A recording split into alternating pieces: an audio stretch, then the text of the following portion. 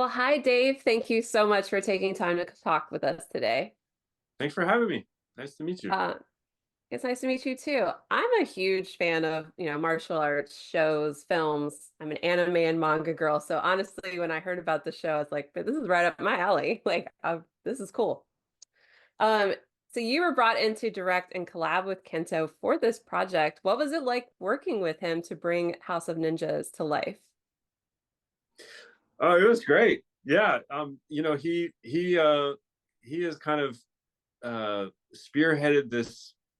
I'll put it this way: there's very few actors in Japan who are sort of doing the Tom Cruise thing, or where you have your projects that you shepherd through the studio system, something that you sort of build from the ground up. And he's gotten a lot of attention for having taken this project into Netflix, got it up and running, got the green light, got to make it and everything. He's just a very, very dynamic, determined, just really, really wonderful individual. So, I mean, where it all started for me was I just got a call out of the blue, like I guess 3 years ago, from my friend who worked in Netflix, who just asked me like, "Hey, you like ninjas?" And I was like, "Yeah, I mean, who doesn't like ninjas?" And he told me that Kento had brought this project to them, this concept, and they were looking for a take on it. And so it was basically just asking me to pitch on it. So I pitched some ideas for it. They decided to have me write the show Bible. I did that, and then next thing I knew, like they were moving ahead with it. Now, me directing was still sort of an open question at that wasn't even in the cards at that time. It was just, we need somebody to sort of have like a story set out that we can sort of have a starting place with for our team here. And I was happy to do that. But then it was Kento who sort of really pushed for.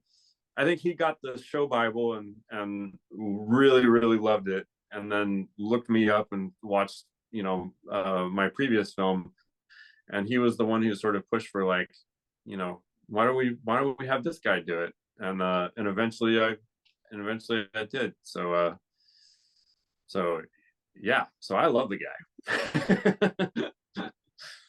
That's amazing. And yes, that would have hooked me too. It's like, do you like ninjas? Yes. Yes, I do. Like, let me at this project.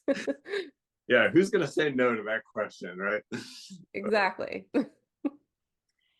So, Dave, I read that you opted out of working with an interpreter during the 18 months of filming. How was that? I mean, it was challenging because I'm not sure.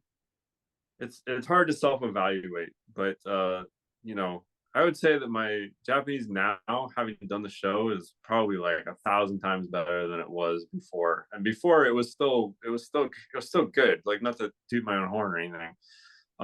So I think that I felt like my ability was good enough that having an interpreter was probably just going to add sort of an extra step between my relationship between the actors and between myself and the actors and the crew. And that it was probably better for me to just get better and sink or swim. And that I was going to be better for just just so much of filmmaking, and especially on a scale like this. Because it's not, we're not working with the blockbuster type of budget that an American show would have, but it's all the same complications. Action scenes, long. We were shooting for. I mean, we shot for a total of 6 months, but then I was there for a total of 18 months, including prep and post production.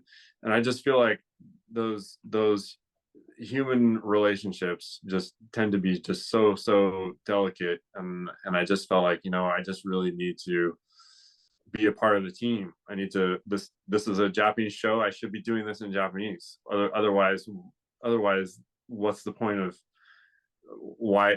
I just felt like that should be a very basic qualification of the job. So it was offered, but I just decided that it was better not to go that way. I really enjoyed the fight sequences, speaking of. I think everyone I saw, I thought, this is it. This one's my favorite. You know, like the episode 4 fight scene, I was like, I love this. But then it got to 8 and like the boss battle, I'll call it. And like that was great. And it almost felt like an anime sequence because of just how it was shot and the setting and all of that. And yeah, so I love that. Was there anything you drew on for inspiration for how you approached directing those scenes? And do you have a favorite? Yeah. Well, first off, I want to talk about my action choreographer, Keo Tabuchi, who's just a wonderful, wonderful, imaginative choreographer. Just really, really, just incredible imagination and just a great, great collaborator. Because a lot of he became involved early on in the show. So while we were sort of working on scripts, we could kind of touch base with him and swap ideas around. So that collaboration was really, really important to making all those action scenes really work. You know, it's funny, like a lot of the stuff that we kind of looked at for inspiration, I don't know that they, you know, it's probably not immediately obvious from looking at it, because we wanted to take like a real grounded approach, and make sure that the action scenes really hurt and that they look, and that they, you know, that it looked like there was a real sense of danger involved. And then we wanted to have each one of them have their own flavor. You know, some of them have like a little bit of a little bit of a playful quality to them. And then as things get further and further on into the story, when we got to episode 8, we decided we just wanted to go full on and just leave it all on the field. And you know, everything up until that point had been fairly grounded and you know, I guess gritty is the wrong word, because we're, you know, doing some pretty out there stuff. But as far as it goes, aside from a few fantastical touches, fairly grounded. But we wanted to have at least one place where we had an excuse to just really go wild, and that was the, you know, the battle in the smoke. That, you know, I won't spoil anything here, but that was, you know, we just really wanted to have a lot of fun and have it just be just you know, just as imaginative and crazy as we could go. I think my personal favorite is probably the very shortest one. Without spoiling too much, it's the fight between the two grannies. Ah, yes. Yeah. So, because I don't know, I thought that was, you know, we did, the whole show has like a lot of like playfulness to it. We're not, you know, even though we're dealing with some weighty themes and stuff here and there, but at the end of the day, we're having a lot of fun. And that one was, you know, maybe the most playful out of all of them, and had a lot of fun figuring that out and finding a location that we could make that, you know, make that actually work. And then when the trailer came up, and that was in the trailer, I was like, yes. Mission accomplished.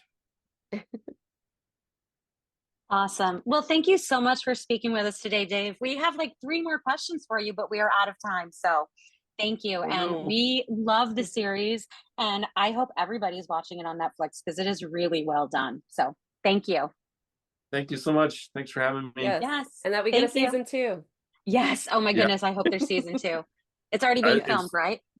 It's doing well. I mean, I've already written it, but we don't have a, you know, it depends on how we do, honestly, over the next couple of weeks. So great. Knock on wood. Well, it's already in the number 10, so yay. Yes. Thank you.